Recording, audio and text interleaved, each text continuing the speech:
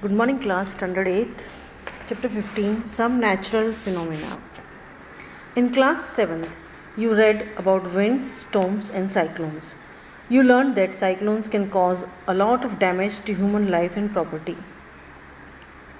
We shall discuss the other two destructive natural phenomena. They are lightning and earthquakes. So let us start with what is lightning.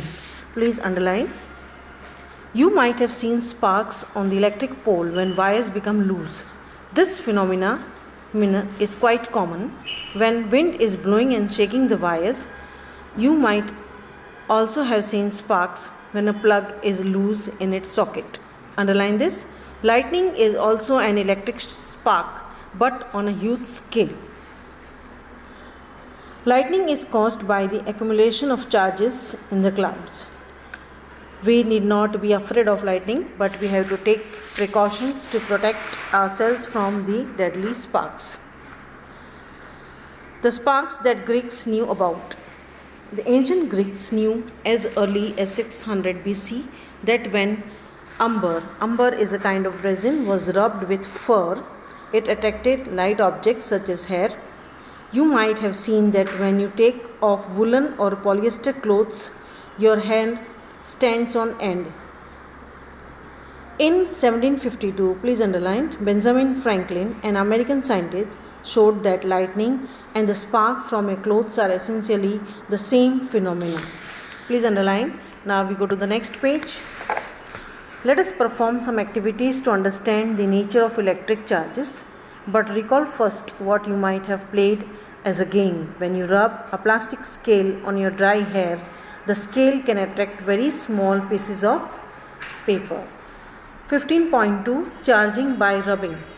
When a plastic refill is rubbed with a polythene, it acquires a small electric charge. Similarly, when a plastic comb is rubbed with dry hair, it acquires a small charge. These objects are called charged objects. Please underline this. In the process of charging the refill and the plastic comb, polythene and hair also get charged. Let us try some other objects that are familiar to you. Now see activity 15.2, table 15.1. In that, the first column, objects rubbed are given, materials used for rubbing. So you have to write down attract or does not attract, charged or not charged. Now we go to the next page. Types of charges. How many types of charges are there? There are two types of charges, one positive and one negative. A charged balloon repelled a charged balloon, repelled and attract. A charged refill repelled a charged refill. See activity which is given on page number 186. But a charged balloon attracted a charged refill. Does it indicate that the charge on the balloon is of different kind from the charge on the refill? Underline this. Can we say that there are two kinds of charges? Can we also say that the charges of the same kind repel while charges of different kind attract each other? It is a convention to call the charge acquired by a glass rod when it is rubbed with silk as positive. The other kind of charge is said to be negative. So we have two kinds of charges, one positive and one negative. The electrical charges generated by rubbing are static. They do not move by themselves. When charges move, they constitute an electric current. You have been reading about electric current since class 6. The current in a circuit which makes a bulb glow or the current that makes a wire hot is nothing but a motion of charges.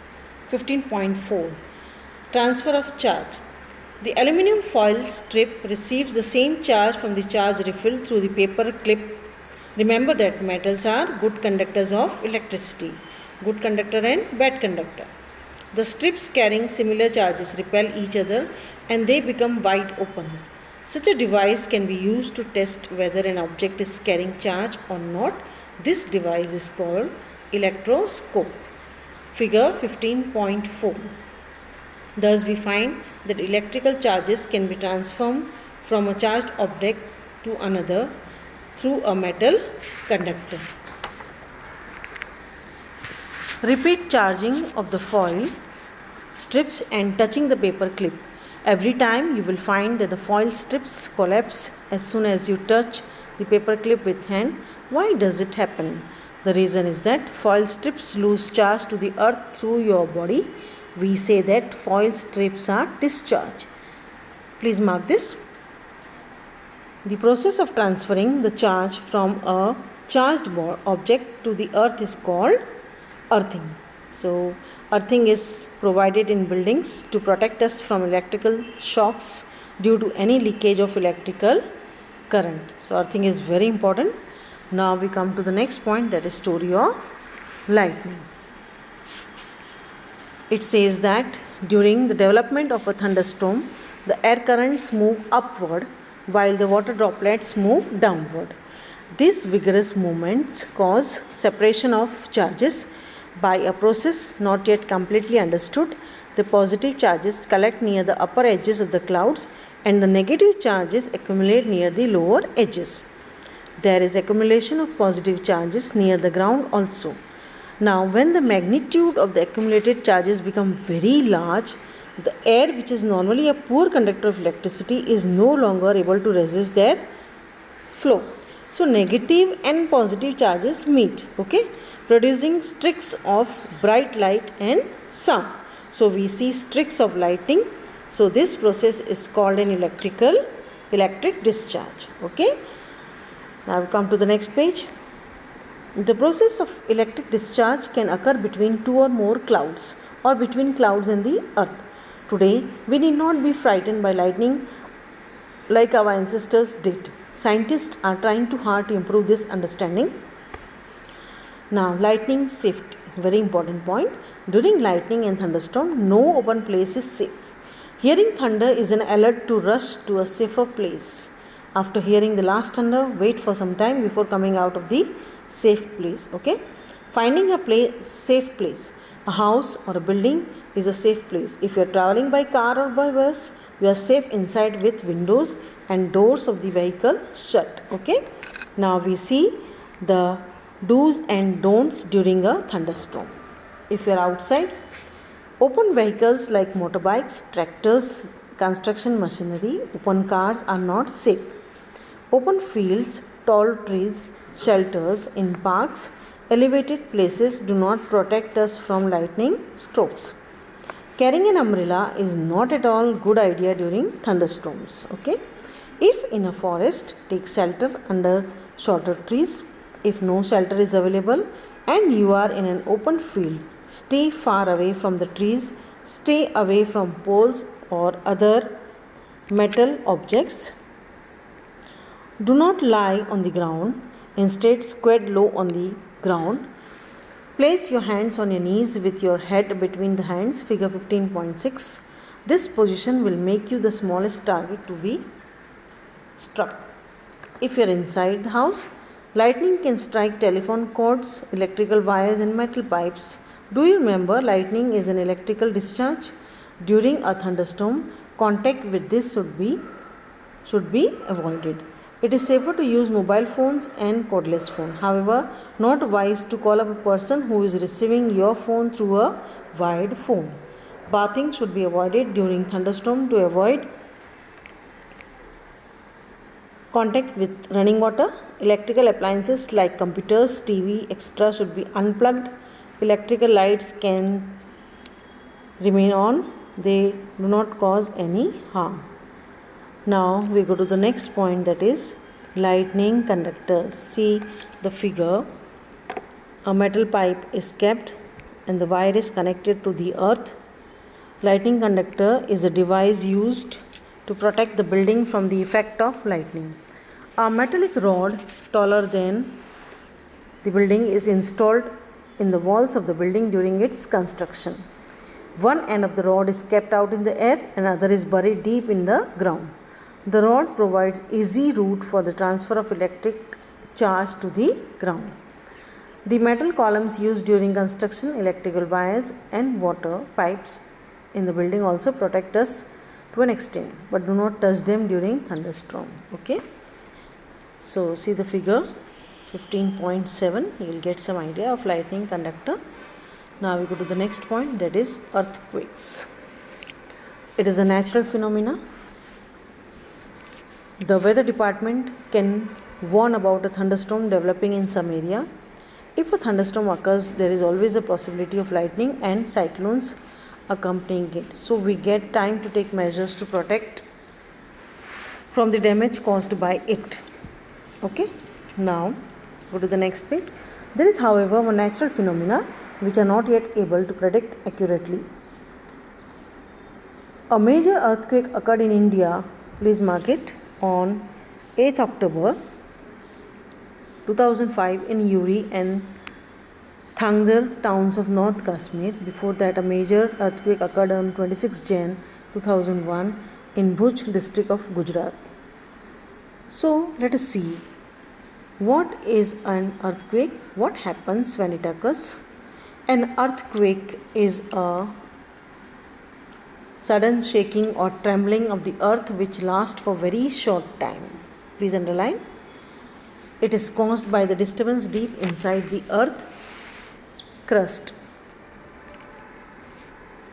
Now, earthquakes occur all the time, all over the earth. They do not even noticed. Major earthquakes are much less frequent. They can cause immense damage to buildings, bridges, dams and people.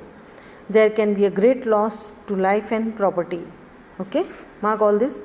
Earthquakes can cause floods, landslides, tsunamis. A major tsunami occurred in the Indian Ocean on 26 December 2004. All the coastal areas around the ocean suffered huge losses. So let us see, what is an earthquake. In ancient time, people did not know the true cause of earthquake. Their ideas were therefore expressed in mythical stories such as one told by Bhujo's grandmother. Similarly, myths were prevalent in other parts of the world. Now see figure 15.9. Structure of earth is given. Outer part crust, mantle, outer core and inner core. Structure of the earth is given. The outermost layer of the earth is not in one piece. It is fragmented, divided into many parts. Okay. The uppermost layer of the earth called crust.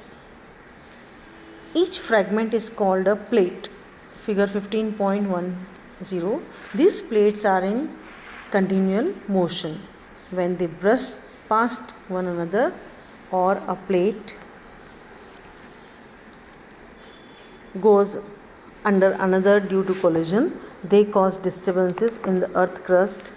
Figure 15.11. It is this disturbance that shows up as an earthquake on the surface of the earth. Although we know for sure what causes an earthquake, it is not yet possible to predict when and where the next earthquake might occur. Tremors on the earth can also be caused when a volcano erupts, or a meteor hits the earth, or an underground nuclear explosion is carried out. However, most earthquakes are caused by the movement of earth plates. Since earthquakes are caused by the movement of plates, the boundaries of the plates are the weak zones where earthquakes are more likely to occur. The weak zones are also known as seismic or fault zones. In India, the areas most threatened are underlined Kashmir, Western and Central Himalayas. See figure 15.12. Whole of Northeast, Run of Kutch, Rajasthan, Indo-Gangetic Plain and some areas of South India also fall in the danger zone. Underline this.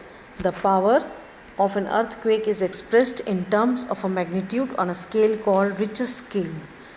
Really destructive earthquakes have magnitudes higher than 7 on the Richter scale. Both Bhuj and Kashmir earthquakes have magnitude greater than 7.5. Okay. Now see figure 15.14, 15.13, and the last point is how to protect ourselves from this earthquake. We know from the earlier pages that earthquakes cannot be predicted. So it is advisable to make the structure simple so that it is quake safe. Consult qualified architects and structural engineers. Okay.